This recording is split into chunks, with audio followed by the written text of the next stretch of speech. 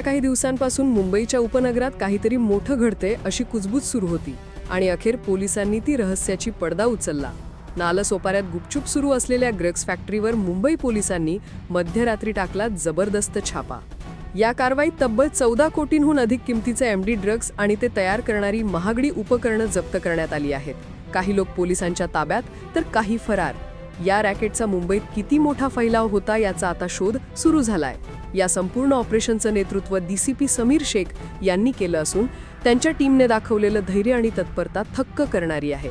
नालासोपाऱ्याच्या शांत गल्लींमध्ये लपलेलं नशेचं जाळं पोलिसांनी एका रात्रीत उद्ध्वस्त केलंय। मुंबई पोलिसांचा हा पराक्रम संपूर्ण राज्यात चर्चेचा विषय ठरला आहे।